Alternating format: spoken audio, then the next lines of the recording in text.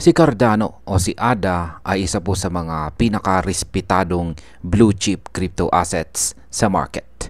At siya po ay tila handa ng sumabog paakyat sa presyong $1. Ayon po sa mga eksperto, wala ng resistance o harang sa kanyang daraanan. Ibig sabihin ay dederecho na ang kanyang daan paakyat. Pero teka, hindi lamang po $1 ang usapan dito. May mga analyst na nagsasabing aabot pa ito sa $2, $5 hanggang $10 sa loob po ng bull cycle na ito. Kaya grabe, di po ba mga ka-crypto? Kaya sa video na ito ay pag-uusapan po natin kung bakit sinasabi ng mga eksperto na tuloy-tuloy na ang pag-akyat ni Cardano. Kaya yan, bago po tayo magpatuloy ay pakibasa na lamang po muna ang disclaimer dito sa ibaba ng ating screen. Yan, unang-una po sa listahan ng mga dahilan kung bakit bullish ang market ngayon kay ADA ay ang tinatawag na free run. Yan, free run analysis mula po sa TradingView. Ibig sabihin nito ay wala ng resistance sa pagitan po ng kasalukuyang presyo ni Cardano at ang target nitong $1. Ayon po sa analyst na si MMB Trader, nalampasan na ni ADA ang napakahalagang resistance level sa presyong 0.67.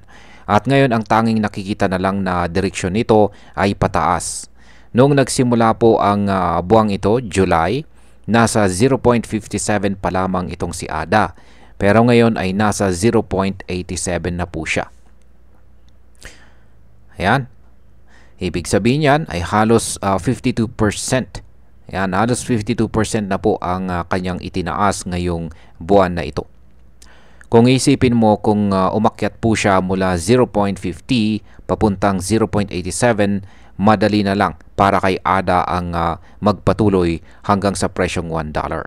At ang forecast, possible pa itong umabot ng $1.097 at yan ay nasa 26% increase mula sa kanyang kasalukuyang presyo ngayon or current price.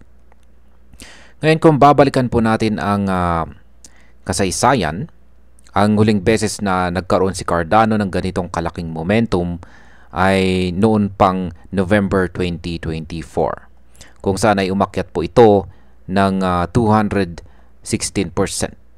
Yan, sa loob lamang ng isang buwan. 216% sa loob lamang ng isang buwan. At ano ang dahilan? Bukod po sa technical analysis, ay nakikinabang din si ADA sa tinatawag na broader market bullish trend.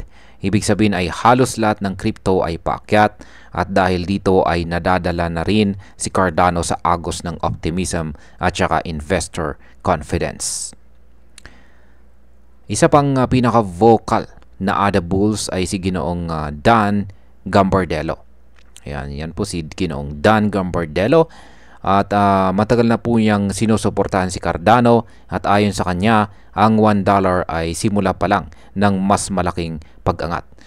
At ayon po sa kanya, katatapos lang ni Cardano na makawala sa isang descending channel na technically ay sinyalis ng malaking breakout. Yan po yung kanyang ibinahaging chart.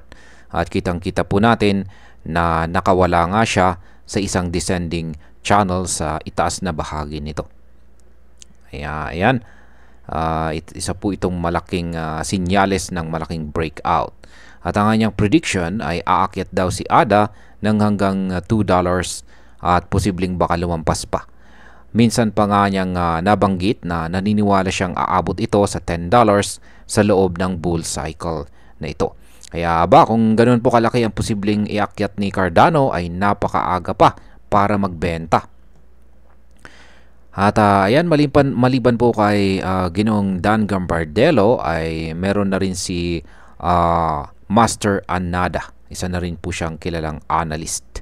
At ayon sa kanya, ang susunod na madaling target para kay ADA ay ang presyong $1.83. Pero may mas matitinding prediction pa. Si Alex Becker, isa po siyang kilalang YouTuber at saka crypto enthusiast. At si analyst na si Mr. Banana ay parehong nagsasabi na aabot hanggang $5 ang realistic na target ni ADA sa cycle na ito. at ang kanilang babala ay huwag daw munang magbenta ng ADA kung hindi pa ito umaabot sa presyong $5.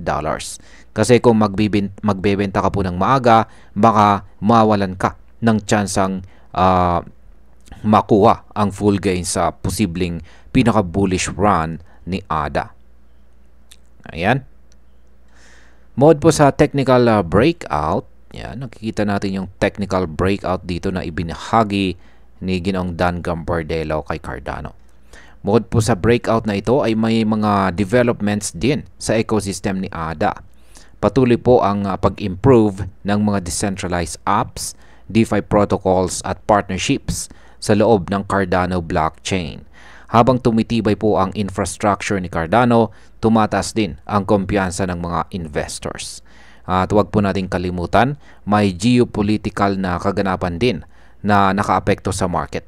Isa sa mga dahilan kung bakit umakyat si ADA nitong nakaraan ay ang executive order ni Pangulong Donald Trump para gumawa ng strategic crypto reserve.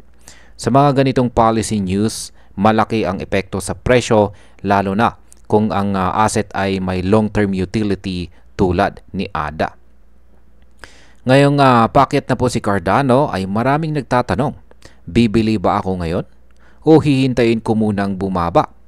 At ang kasagutan po sa mga katanungan na yan ay depende po sa strategy mo.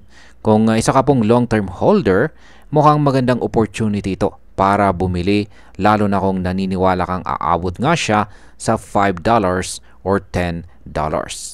Pero kung short-term trader ka naman, ingatan mong huwag maipit sa volatility. Sa bawat pump, may kasunod po na correction. Kaya mahalaga po ang risk management at hindi lahat ng kapital ay ilagay sa isang coin lamang.